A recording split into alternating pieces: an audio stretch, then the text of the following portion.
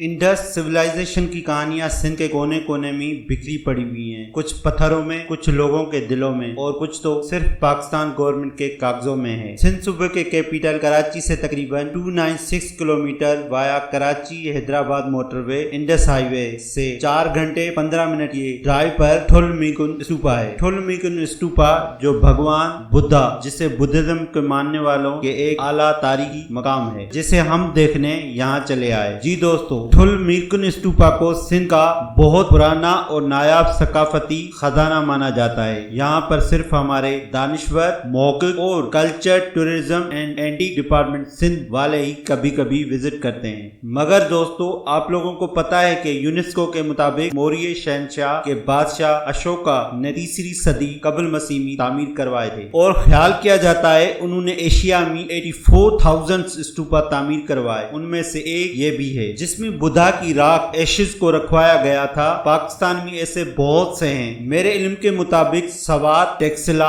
तख्तबाई और सिंध में मोहनजोदड़ो और नवाब शाह नियर काजियामन थुलमीकुन स्तूपा है। बुद्धा का दांत भी पाकिस्तान में मिला है, वो हमारे टेक्सिला के म्यूजियम में मौजूद है। थुलमीकुन Buddhist structure, temple and monasteries इस वक्त की तामीरात का एक आला शाहकार है। इस यादगार की ऊंचाई 60 फीट है, जिसको पकी हुई ईंटों से बनाया गया है और बेजवी शक्ल में। उसकी पुरानी तामीर कुछ इस तरह थी, मगर सिंध गवर्नमेंट ने इसकी मरम्मत करवाई और अब इस शक्ल में है। उससे 4 दीवारी और गेटेड भी करवा दिया है। सिंध वासी खुशकिस्मत हैं कि वक्त ने इसे सदियों से आगोश में संभाल के रखा हुआ है। हमें चाहिए कि इस तारीखी खजाने की कदर करें और अपनी सिंध की इंडस सिविलाइजेशन को प्रमोट भी करें।